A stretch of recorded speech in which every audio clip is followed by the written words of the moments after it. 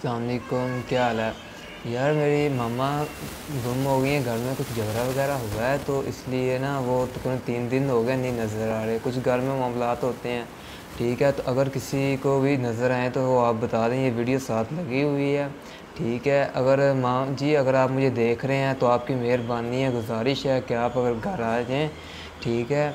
तो अगर मेरी मामा को कोई भी शख्स देखता है तो आप ये नंबर हैं, ये नोट कर लें और इस नंबर पर रब्ता कर लीजिए।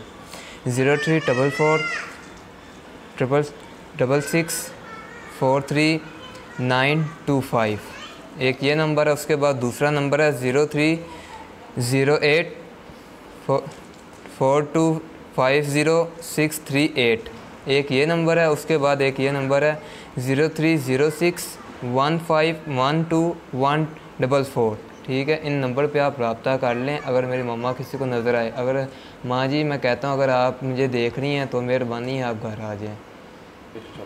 अगर मेरी वालदा किसी को नज़र आती हैं तो हम शरपुर के रहाशी हैं, गार्ड स्टाफ पे। अगर किसी को भी आप पूछना है, मेरा नाम ले लें, बेशक अब्दुल्ला। अगर किसी को भी पूछेंगे वो कहाँ पे रहता है वो आपको बता देंगे, ठीक है। तो आप मुझे रब्ता कर लें, मेरा इन नंबरों पर बहरहाल रब्ता आप कर लें तो वो आपको बता देंगे कहाँ पे आना है, ठीक है। तो आप वहाँ पे आ जाइएगा। शुक्रिया।